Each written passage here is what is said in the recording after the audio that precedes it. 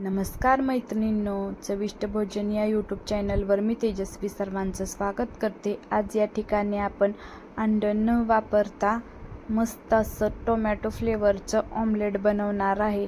खूप छान आणि टेस्टी लागतं। खूप साध्या आणि सोप्या पद्धतीने मी सांगणार आहे, त्यासाठी तुम्ही हा व्हिडिओ स्किप न करता बघा। यासाठी लागणार आहे टोमॅटो, सोललेला लसूण, 1 वाटी बेसनचं पीठ, त्यानंतर 2 मिरची, कोथिंबीर।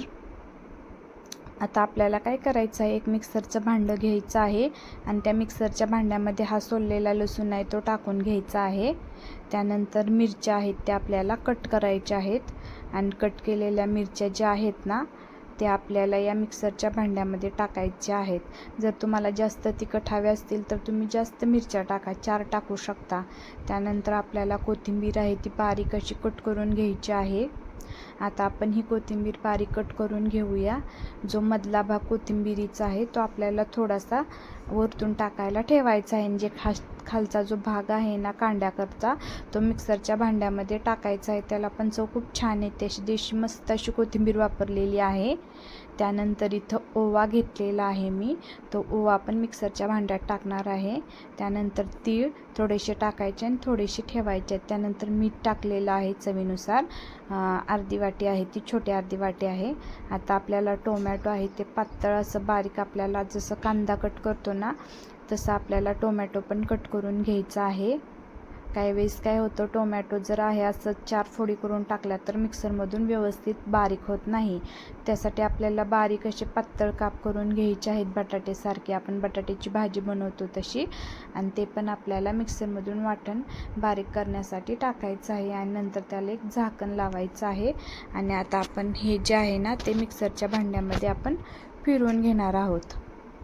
आता मी ह्याची पेस्ट बनवलेली आहे, तुम्ही बघू शकता। अजिबात ही आबडधोबड राहिलेली नाही, बारीक स्मूथ अशी पेस्ट आपली बनवून तयार झाली आहे। आता हे वाटण एका बाउलमध्ये आपल्याला काढून घ्यायचं आहे आणि या मिक्सरच्या भांड्याला अजून चिकटलेलं असते, त्याच्यामुळे इथं पाणी टाकून झाकणाने झाकण लावून हलवायचं आहे आणि हे पण पाणी आपल्याला या बाउलमध्ये टाकून घ्यायचं आहे। आणि याच बाउलमध्ये बेसन पीठ टाकायचं आहे आणि आपल्याला हे बेसन पीठ आपण या बाउलमध्ये टाकून आपल्याला काय करायचं आहे, व्यवस्थित असं फेटून घ्यायचं आहे।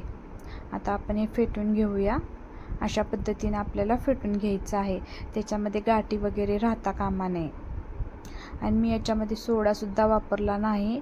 नंतर आपल्याला पाणी टाकायचं आहे आणि हे पातळ करून घ्यायचं आहे। जास्त पातळ करायचं नाही हे बॅटर आणि जास्त घट्टही करायचं नाही, अशा पद्धतीचं बनवायचं आहे। जसं डोशाचं बॅटर असते ना तसं हे बॅटर आपल्याला बनवायचं आहे। हे बॅटर आपलं बनवून झालेलं आहे। आता आपल्याला काय करायचं आहे, ऑमलेट बनवण्यासाठी आता याच्यामध्ये फुलपात्र आहे त्याच्यामध्ये हे टाकायचं आहे।